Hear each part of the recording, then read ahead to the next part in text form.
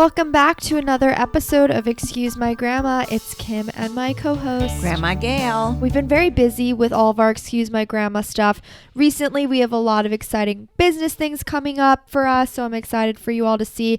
I hope you guys tuned into our live stream of the Oscars red carpet on Sunday and enjoyed that. Also, if you guys liked our Oscars coverage, we can do some stuff on more television episodes and go live and give our feedback. If you guys want our opinions on specific TV shows, DM me on Instagram and let us know.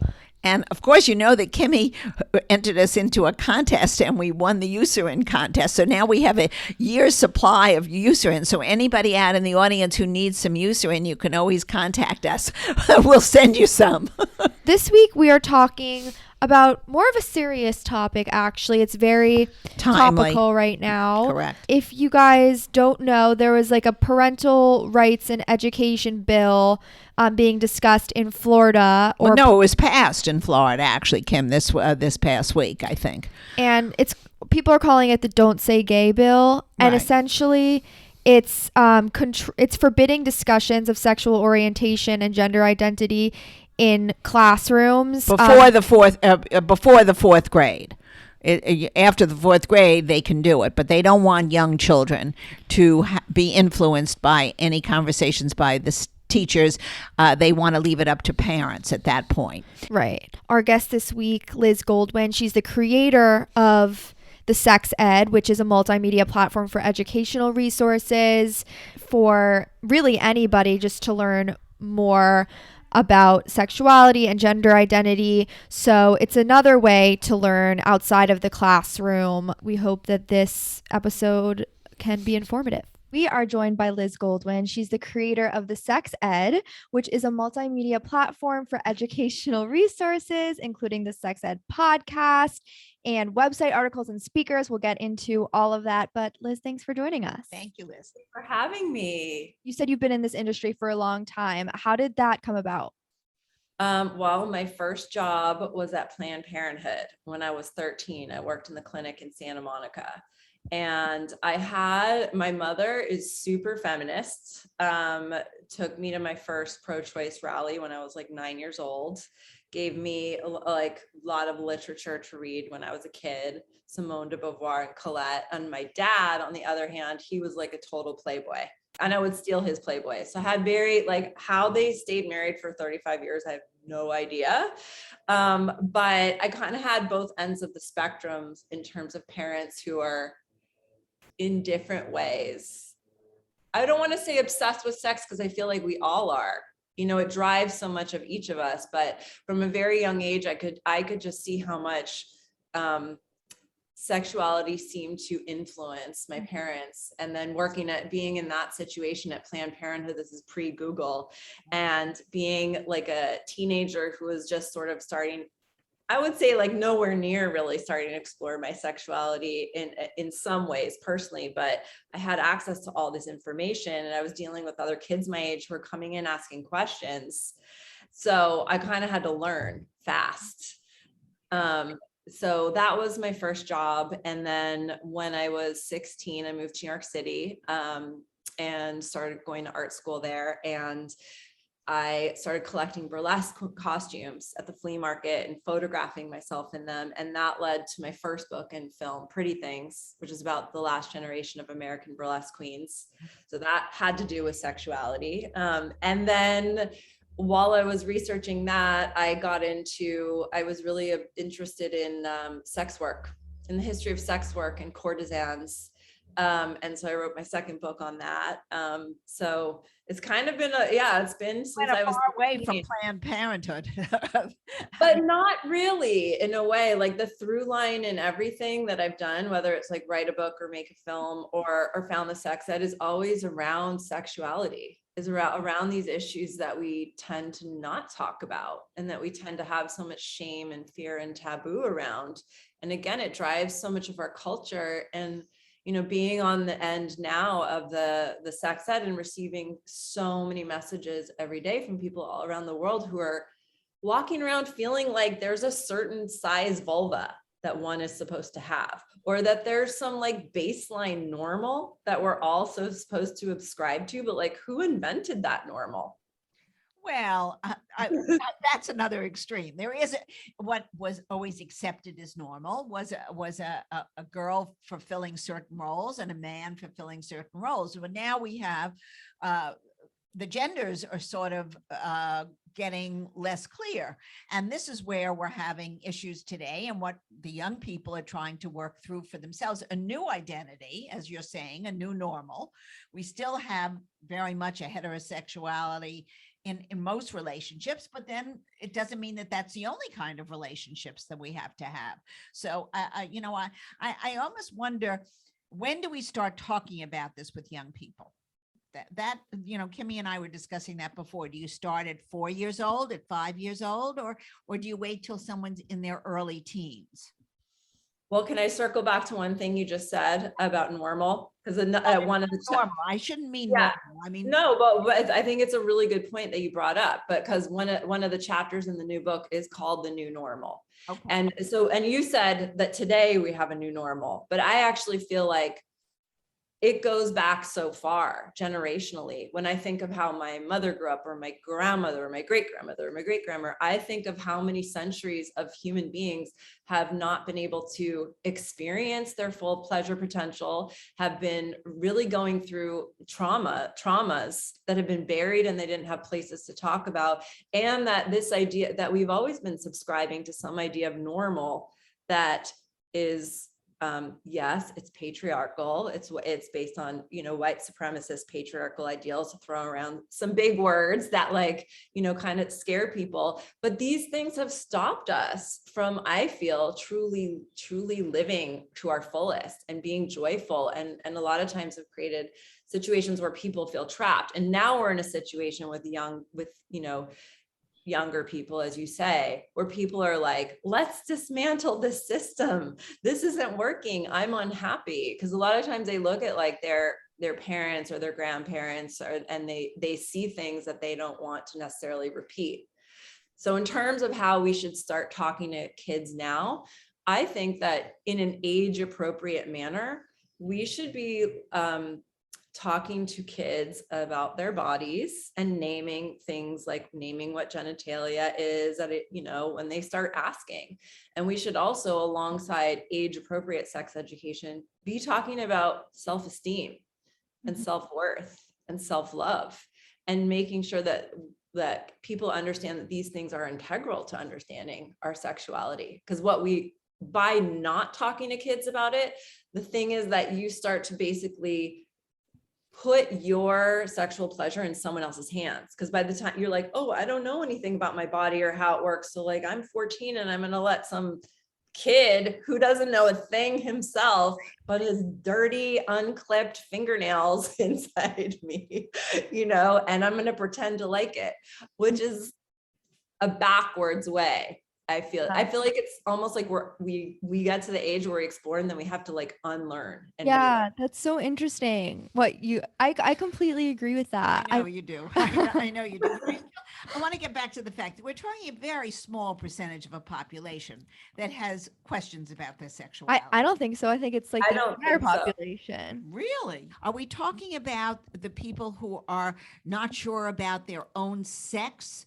Or are we talking about sex in general? I'm when you say not sure about their own sex, what are you referring to?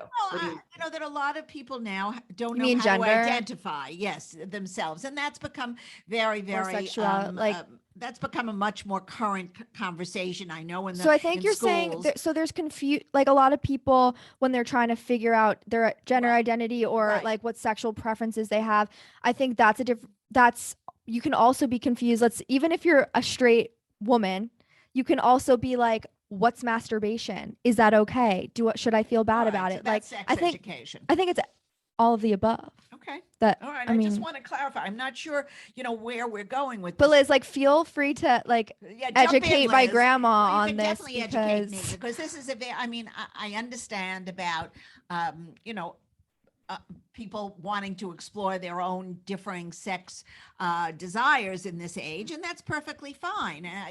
But there are most people, and I'm going to say most people because I still believe it, are in a straight relationship and know that they're either a male or the female. But there is a large percentage of growing young people who are confused, and I think that's what we have to address: the confusion. I mean, if you don't have definite roles to play, how do you learn what would make you happy? This is what I don't know, and I feel the young people today are having a terrible time with.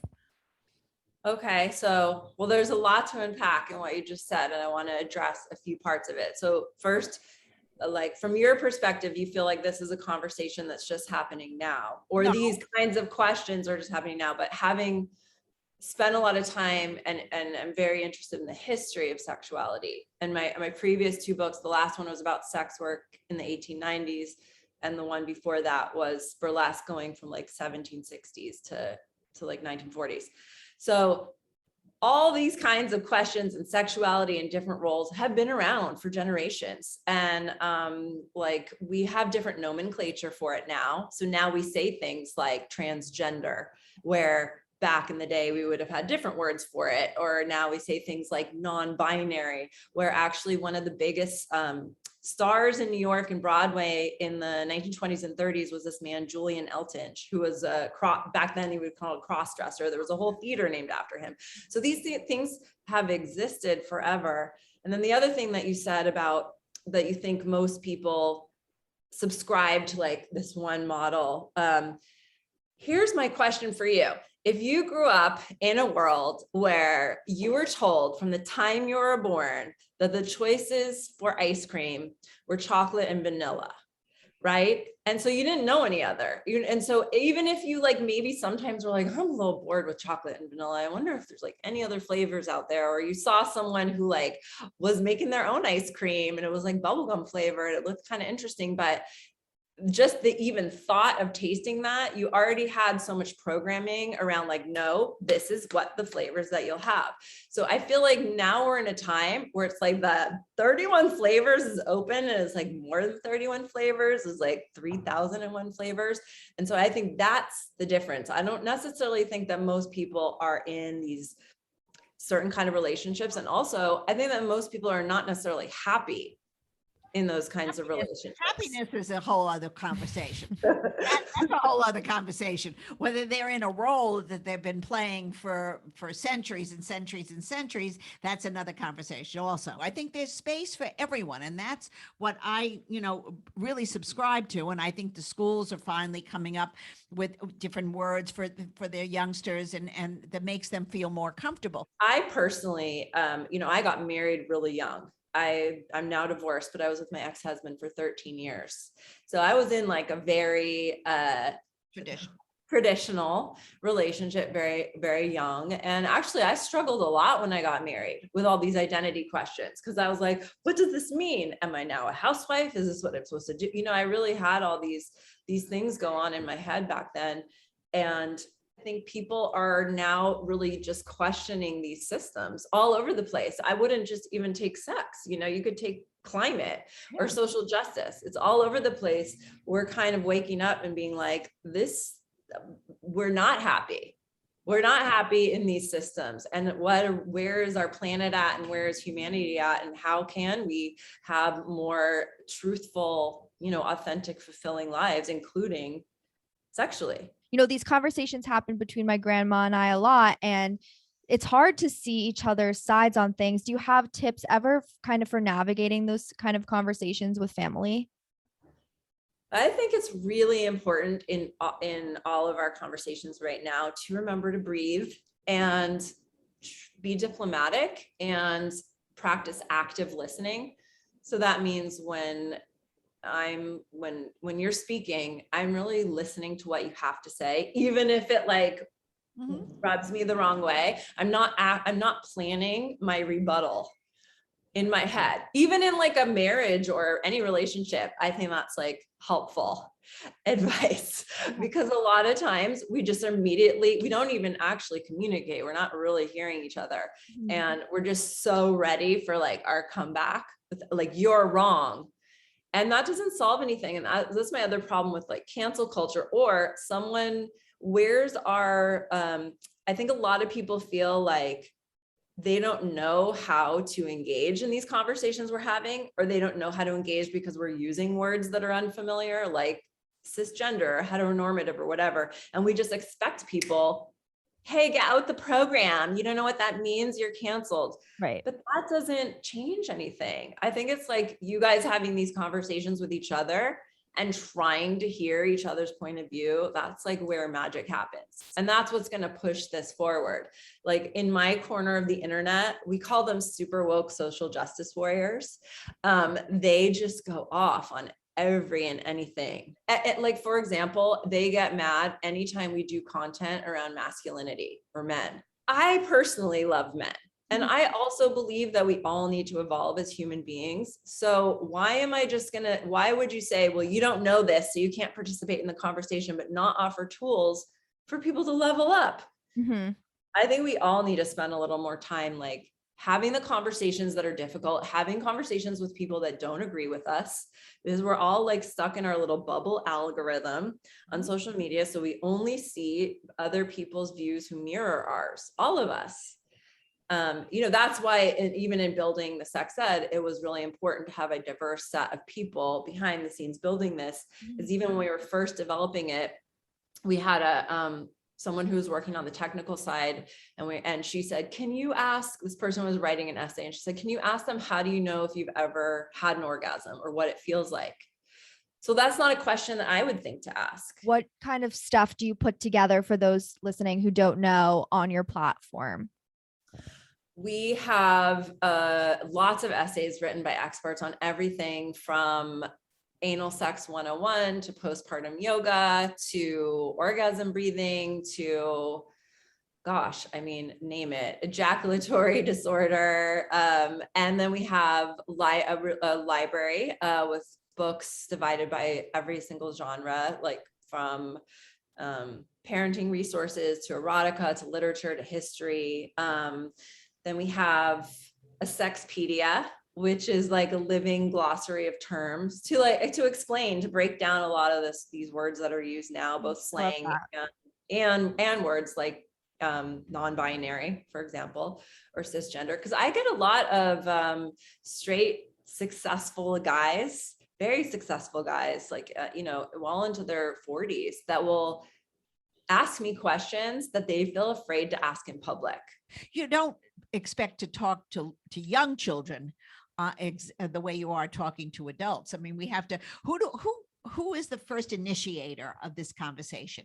Is it the educator? This is what you were asking before. Is it the parent? Is it a doctor? How do you, if you see somebody who's clearly struggling, which is the part that bothers me the most, because I had someone in my family who's clearly struggled. So if you're clearly struggling, who should be the first person that you talk to?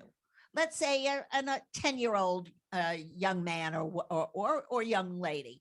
Who would you go to first? They're not going to read your publication because they're too young. A lot of their parents will ask me to talk to them. Actually, I have I end up having a lot of kids that I mentor throughout my life that ask me questions.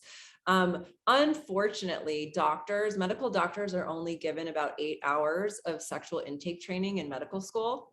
So exactly. So they're not really equipped. And even when you go to the gynecologist, they're not asking you very many questions, and they're inside you for like less than 5 minutes, somebody older. I'm talking about somebody young. Right. No, I'm saying what you're saying, but you're saying who should be the first person. Right. And the problem is that one should hope to find someone in their life who's willing to take on that conversation. Hopefully it would be someone in the home, because at school, there's not really great comprehensive sex education, and it hasn't changed all that much. Maybe if you're lucky now, you'll get a little bit of consent education, and I don't think you're going to get anything around pleasure.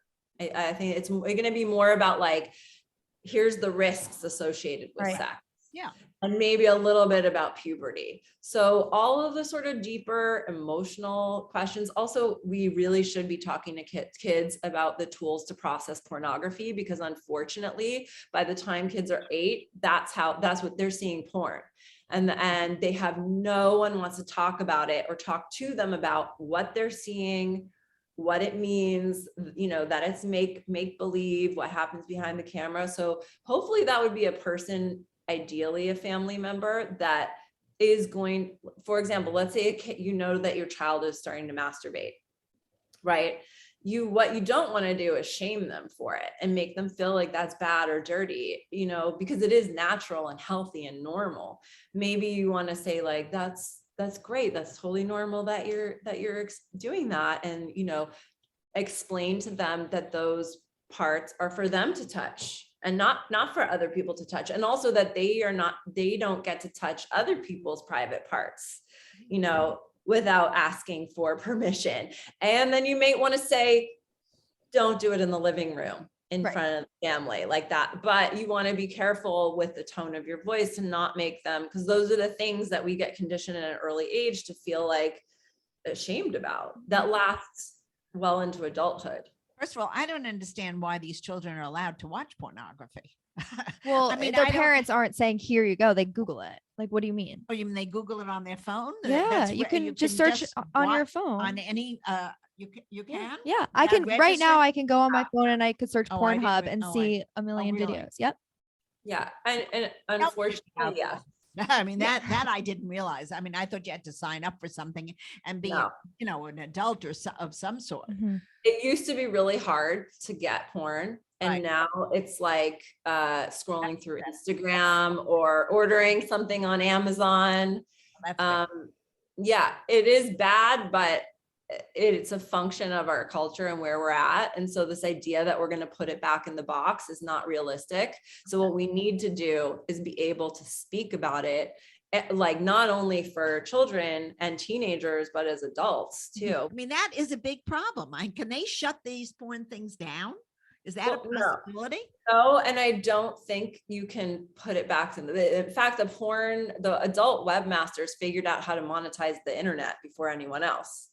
And sometimes people will call me, like big business people that are in the luxury fashion sector or technology sector, and they will actually ask me for introductions to people in the adult world who are working on pretty advanced like VR and AI, because a lot of those things will get developed in those spaces. And a company like Pornhub, what's interesting is that not only do they have more viewers on a daily basis than Netflix does in like a month, but actually they have more controls in place to deal with things like revenge porn, like child pornography. That stuff gets taken down immediately, whereas Facebook and Instagram do not have any controls in place. So although they get sort of thrown under the bus, because that is what they do, they actually do a way better job of policing those things on their platforms than most of the platforms that we think are safe. Mhm. Okay.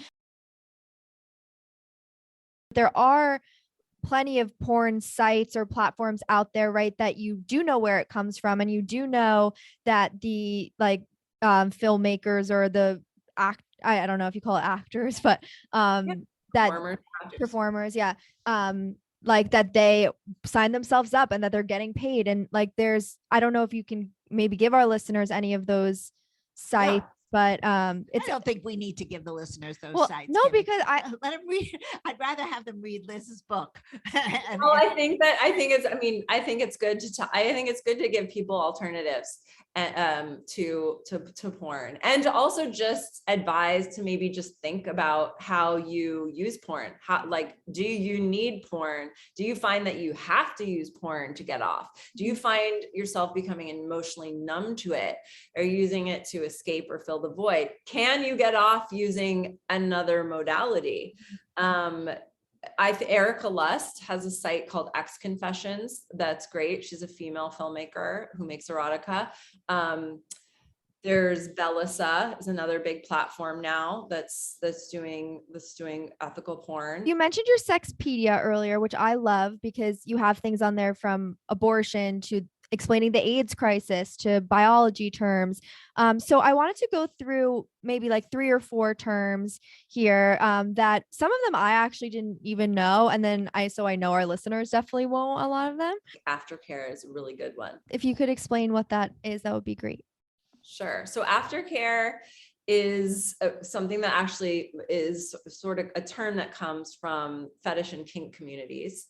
And it's the practice of taking care physically and emotionally of your partner or partners after any sort of intimacy takes place.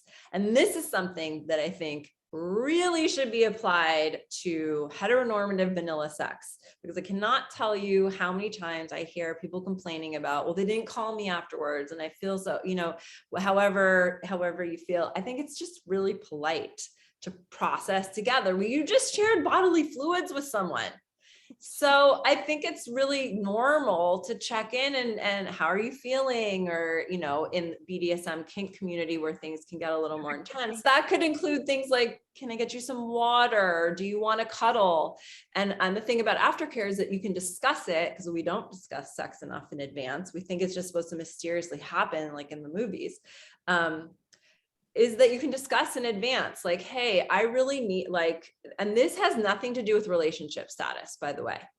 Yeah. So for people who got nervous, oh my God, if I set expectations, they're going to think I want to boo them up. No, it's just saying what you need after you're giving someone the honor of sharing your body with them. Yeah. So hey, it would make me feel really good if we could cuddle for 20 minutes after this. And that person could say, cuddling makes me really nervous. Could we do this instead? So you kind of have a discussion about what your needs are and how to meet them. And that's just totally normal. That doesn't mean you have to have a relationship with them. So you're so right in that is implied sometimes, because I think if I was want to cuddle, the guy would be like, are you obsessed with me? Do you want to be do you think I'm your boyfriend? Or at least maybe they don't think that, but it would be nice after you're having sex with somebody to have some kind of relationship. It's just, unless it's just like you say, a hookup. I mean, if you're having sex with somebody, you should have a relationship. It shouldn't be just having sex with everybody every single night. Well, it depends what you want, I think. All right. But regardless of what you want, sometimes I think there is a implied thing that you think if you're cuddling, if you're not automatically putting your clothes back on and being chill, that emotions come into play. But I guess it doesn't necessarily have to be that. Well, what does that mean, being chill? So you're basically pretending to be cool and that you don't have feelings and that you didn't experience an intense situation with someone, and the oxytocin is flowing, and which is a bonding chemical. So I think that that's all this facade of what we're pretending to be is just you can't really let go and really enjoy yourself and let your freak flag fly if you're pretending to be chill. And then you're gonna get into your head about it afterwards, or that's where the self-esteem and self-worth education that I think is so integral comes in. Because you saying, I'd really like to cuddle, definitely, you can even be explicit. I'm not looking to be your woman, at all. You're not even that, you don't want to say you're not even my type, but you know what I mean? No, you can make it clear, this is what this is, but in this moment, in this hour, or whatever it is, agreed upon time, I just want to feel your body. Let's do one more, a fun one, maybe Zaddy. What do you think Zaddy is? Kimberly, you lost me. You lost me on the sex. So you just got to keep talking to Liz. I'm exhausted. No. Okay.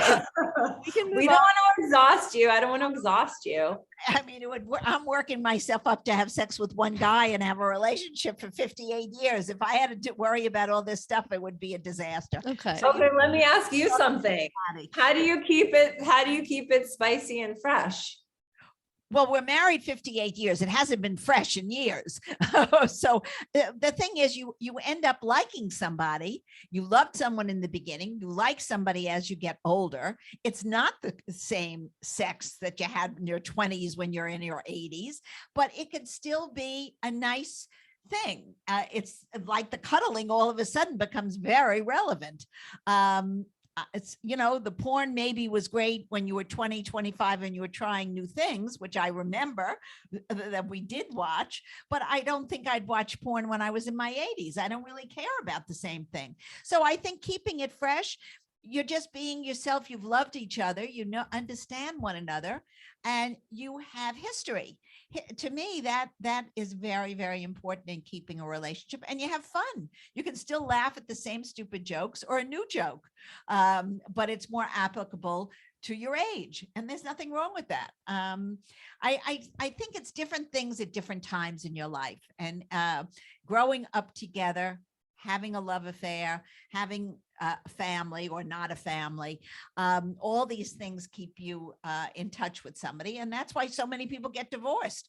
50% of the population doesn't stay together. So how did I keep it together? I think I had to laugh at a lot of stuff I didn't think was funny. And I did. And you know what? It paid off because he laughed at my jokes. So yeah, I think intimacy and developing those bonds with someone is really important. But what I think is interesting is that people think that like sex, you can just coast on it. Whereas we put time and discipline into our lives with things like exercise or like our health, or let's say we're learning an instrument or a sport or whatever, we can block time out. But I get so many people that are just like, well, we've been married however many years and we don't really have any sex, and sex also doesn't need to mean like penetration. It doesn't include an orgasm, because they don't take time to make sure that that's actually something that's there's consistently working on. Like I have to tell a lot of people who are super busy, send an iCal reminder. Like for even makeouts, like you have to make time in your life. You have to actually work on your sex life. It doesn't just, and you're totally right. You are an evolving sexual being from the time you come onto this planet until you leave it. And I know lots of people in their 80s who are having like super wild sex, actually. Now, I have to tell you, we were at a dinner party last night. I'm going to tell you this completely off the thing. They're all 80-year-olds, so it's not anybody that's your age or Kimberly's age. And now they're talking about the new secret to Viagra is they have to have it with lime juice. Oh my God. So now everybody, do you ever see 10 men all writing on their phones, get lime juice the next day? So it never does end.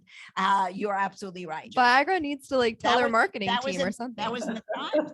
Oh, it was? Oh yeah, evidently it made the headlines. That's so funny. Lime juice and Viagra for anyone over that needs a little help. So we would love to end the episode with a game we play with all of our guests. It's a quick round of Grandma Gayle's old-fashioned dating quiz. I think Liz is going to like this game. Really? Well, let's see. So would you rather receive a call or a text from your partner? A call. Would you sleep with someone on the first date? I slept with my ex-husband the first night I met him, and but that was my roommate at the time. Like she opened the door in the morning to the bedroom. She was like, oh my God, because she was so shocked, because that is so out of character for me. Mm-hmm. So yeah, it's not usual because I'm pretty monogamous. Like I'm pretty traditional, actually. Yeah. Dating apps or setups? I've never done a dating app. Right. Okay. Yeah. Move in together before getting engaged or after? Getting married a second time. Yeah, I'm not sure. I would probably say move in. The second time, I move in with someone before. Mm-hmm. Okay. And should one person pay for the date or should you alternate? Oh gosh. I mean, this is going to totally paint me as the 1950s housewife that I secretly am. But I mean, I do love because in my professional life, I am so independent. I really like being taken care of. But that said, I also love to like spoil someone. And I think it's nice to buy people Yeah. But I have always been with alpha men who are like, well, let me take care of that. Honey. Right. Okay. So 3 out of 5 traditional. So a little bit split, but more on the traditional side. What are you, modern? I'm modern and she's traditional. Well, I'm traditional. It's not even a conversation there. But I am an old soul in a lot of ways, so I'm kind of Yeah, split you as well. still believe in love. Yeah, well, I can believe the in love and be modern. Oh, I don't I know. hope that we all believe in love. I don't know. I think people are getting so mean lately. I'm not so sure. They're getting very narcissist types of personalities, and they're all about themselves. And I really think if you love somebody, you have to really be in there 50-50. And that's something I think a lot of young people don't understand. It cannot be one-sided. You really have to both love each other and work at taking care of one another. That would be an answer for me. And nothing is ever perfect, but sex should be good. Sex should be good, and you should take care of somebody and love one another and respect them. Because if you don't, And love is a choice. Also, love is a choice, and you do have to work for it. It doesn't just happen. And we all grew up, at least, I did, and a lot of young women I know grew up with this like Disney myth of that's a big problem. someday your prince will come and then you happily live ever after. And that's just not the way it works. You have to accept someone and love someone for where they're at. You can't change them. Right. Nobody changes. We've discussed this. If you don't like it in the beginning, it's only going to get worse as people get older. Yeah. Well, Liz, I loved this conversation so much. Tell our listeners how they can find you and the Sex Ed. Sure. Well, you can follow us on Instagram at the Sex Ed, and I'm on Instagram at Goldilocks G. I believe I've been kicked off a couple times, but I think this account is Goldilocks G, or you can look up Liz Goldwyn. Our website is thesexed.com, and you can stream our podcast, The Sex Ed, anywhere where you listen to podcasts. And your new book, Liz? My new book, Sex, Health, and Consciousness, comes out this fall. I'm going to even read it. Good. I hope that you like it. I'll give you my report when it comes out. Hope you guys enjoyed the episode with Liz Goldwyn. It's always something to think about, and something that we should think about more seriously and talk to our younger grandchildren or children about. And, we're trying to keep you all informed. So if you like this type of episode, please let us know, and we will have more of it. Our 1950s movie of the week. It has been a while. We're doing Where the Boys Are, which was one of my favorites. It was 1960, and that's where Connie Francis's iconic song "Where the Boys Are" was first in. And basically, it's about 4 college girls, but they have, in the beginning of the movie, they do a class kind of about sexual education. Obviously, they weren't that open about it, and they had more narrow ideas. But it was interesting to see how those conversations have changed within the classroom. Okay, you guys know how to follow us on TikTok and Instagram at ExcuseMyGrandma. Rate us 5 stars wherever you're listening, and we will see you next week. Bye.